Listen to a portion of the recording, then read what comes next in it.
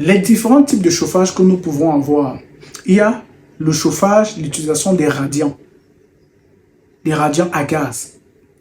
Ici, vous utilisez des radiants pour pouvoir chauffer vos poussins. Ici, il est adapté à des élevages en grande quantité. Les grandes bandes, des gens qui font les 5 000, 10 000, 15 000, 20 000. Pourquoi? Parce qu'ici, il y a un système bien défini que vous devez, il y a un écosystème bien défini que vous devriez avoir pour pouvoir utiliser ça. Et être de fois un peu plus coûteux que certains types de chauffage. Il y a aussi l'utilisation du charbon ou du bois. Ici, vous allez prendre des fours à charbon, allumer le feu de charbon et le disposer partout dans la salle afin qu'il puisse produire une chaleur.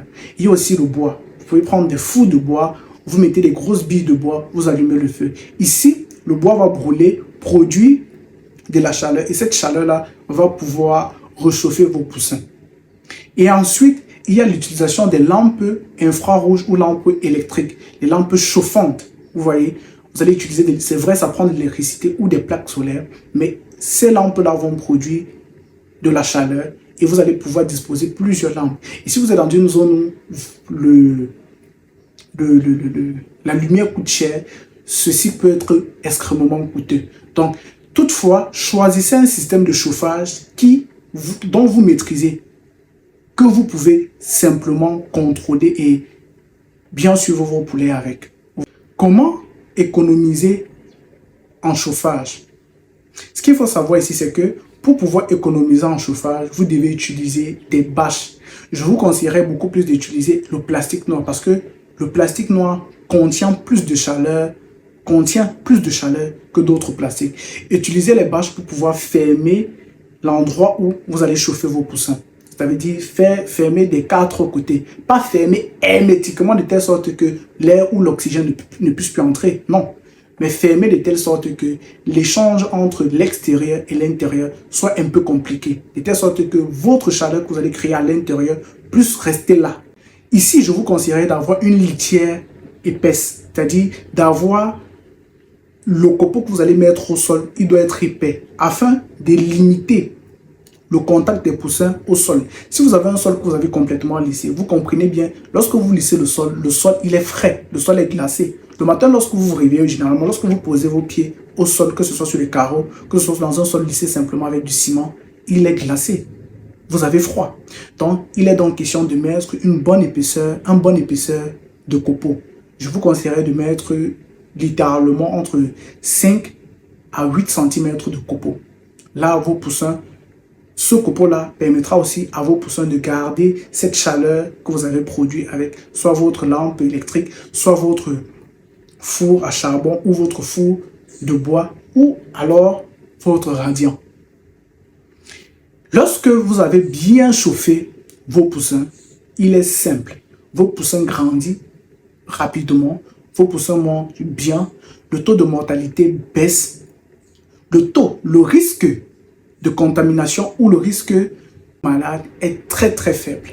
Donc lorsque vous chauffez bien vos poussins, vous avez une bonne croissance de poulets et réussir l'élevage de ces poulets de 0 à 21 jours dépend aussi de la façon dont l'aliment, normalement, de 0 à 7 jours normalement, il y a une qualité d'aliment que vous devrez donner à vos poulets. On appelle ça le pré-démarrage. Après, de 7 à 14 jours, vous pouvez donner le démarrage à vos poulets. Maintenant, en fonction de leur évolution, vous pouvez leur donner la croissance. Mais cette fois-ci, vous leur donnez la petite croissance.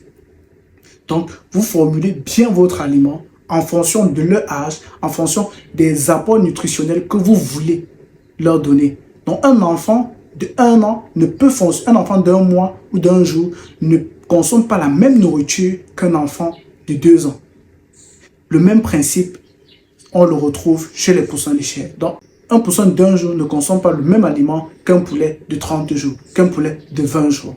Donc, en fonction de leur âge, vous composez l'aliment en fonction de ça.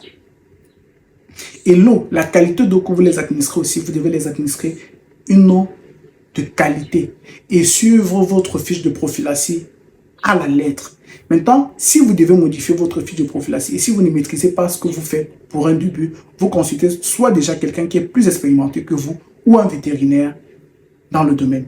Celui-ci va vous indiquer réellement quoi faire et comment le faire, à quel moment le faire. Si cette vidéo vous a appris quelque chose, je vous invite à mentionner dans les commentaires quel type de chauffage vous utilisez. Le gaz, le bois, le charbon, l'électricité. Et je répondrai personnellement à toutes vos questions. Je vous invite donc à vous abonner, à cliquer sur la cloche de notification pour ne rater aucune des vidéos que je vais produire dans les prochains jours.